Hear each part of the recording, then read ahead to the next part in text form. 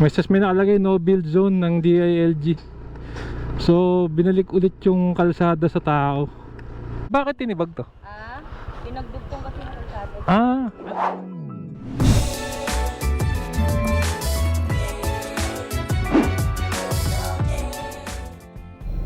Ayan, so ito nga po yung pupuntahan natin ngayon dito sa Mindanao Avenue sa Sampaloc, Manila.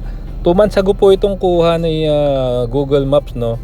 So ito nga po yung entrada dito po sa eskinitang ito, no.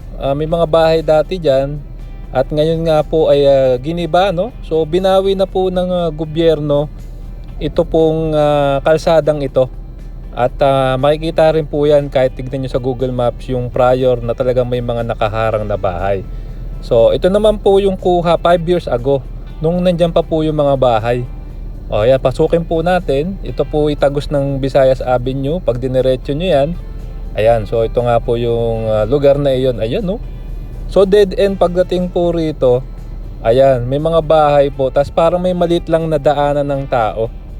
Ayan, so talaga namang nawala po yung daan, no. Ayan, so 7 years ago talagang naging parkingan na lang. At tapos mayroon lang po nilagay na daanan ng tao. Wala na po talaga yung papunta po ron sa kabila, papunta pong Visayas Avenue. Okay, magandang araw mga kababayan, no. Dito tayo ngayon sa Maynila. Pupuntahan natin yung nabalitaang no, kalsadang giniba, biglang lumitaw dito sa Sampaloc sa Maynila. So puntahan natin, no. Grabe, ang daming bahayan yung nadali, no, nung demolition. So check natin.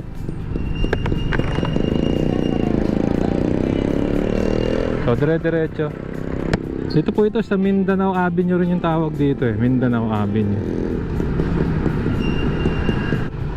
Parang nagkaroon ng massive demolition. So tumbukin natin.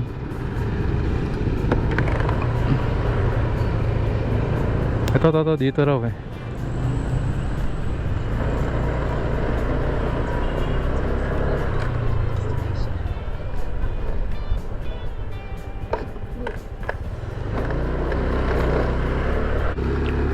bayan, dito po tayo ngayon sa Sampaloc sa Maynila, no.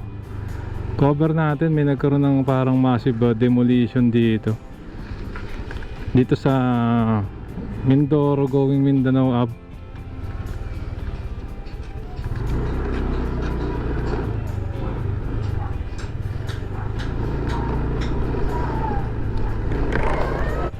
Ito na yun. Ito yun, dyan ano natin. Dati wala to. Ayun, kinuha ng DILG. Ito yun. Ito siya. Kumpirmahin ko nga. Makiusyoso tayo.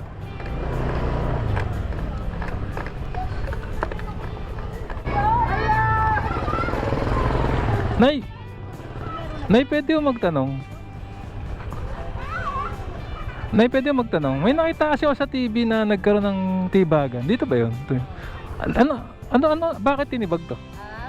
Pinagdugtong kasi ng kalsada. Ano bang street yun? Anong street? Mindoro, ayan, Mindoro, Visayas. Dito na Mindoro, Mindanao. Mindanao na ito? Oh, so dati talaga may mga bahay dito? Oh, nakita ko lang sa TV. Sabi ko, ito na yata yun.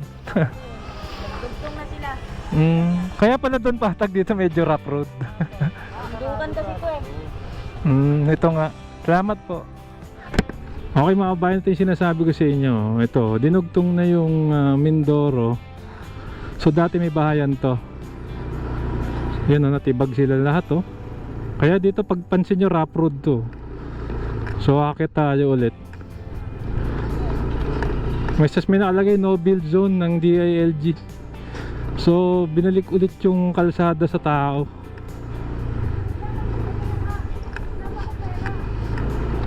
Ayan, oh. Ito yung pinuntahan natin. So dudugtong Visayas to Mindanao. Ito Mindanao na raw ito.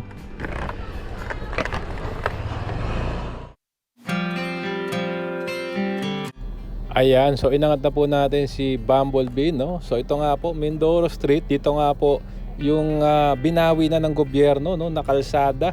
At talaga naman nadugtong na yung Visayas sa Mindanao Avenue po, Avenue dito sa Sampaloc, Manila. So ito po yung mga kabayan, yun nga po, no, talaga namang naharangan ng mga bahay. At ngayon nga po ay na-clear na. Kitang-kita po dito sa ating drone shot, no. I-close up na lang po natin at ayan.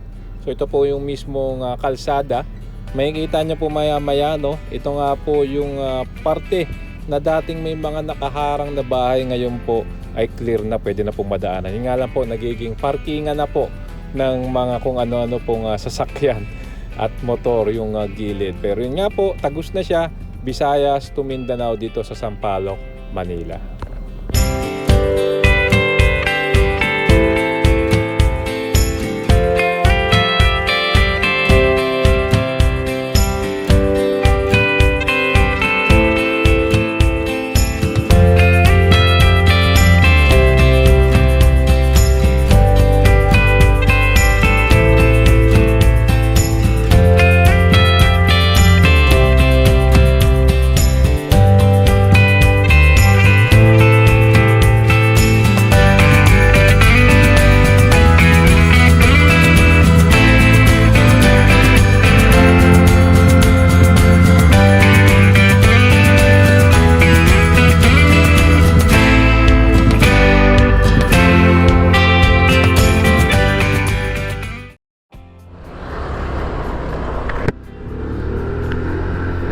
Okay mga kabayan, no, ito na, yun na yung coverage natin dito sa Mindoro, no, Mindoro Street, Mindanao Avenue, Sampaloc, Manila na naig, no, yung ano po ng gobyerno. Nakalagay doon DILG, so baka DILG yung kumuha. So nalipat naman daw, off kami, nakausap tayo, nalipat naman daw sa Naik, Cavite yung mga dating nakatira. So nangyari, nabawi yung kalsada, no? Nadugtong yung Visayas sa Mindanao.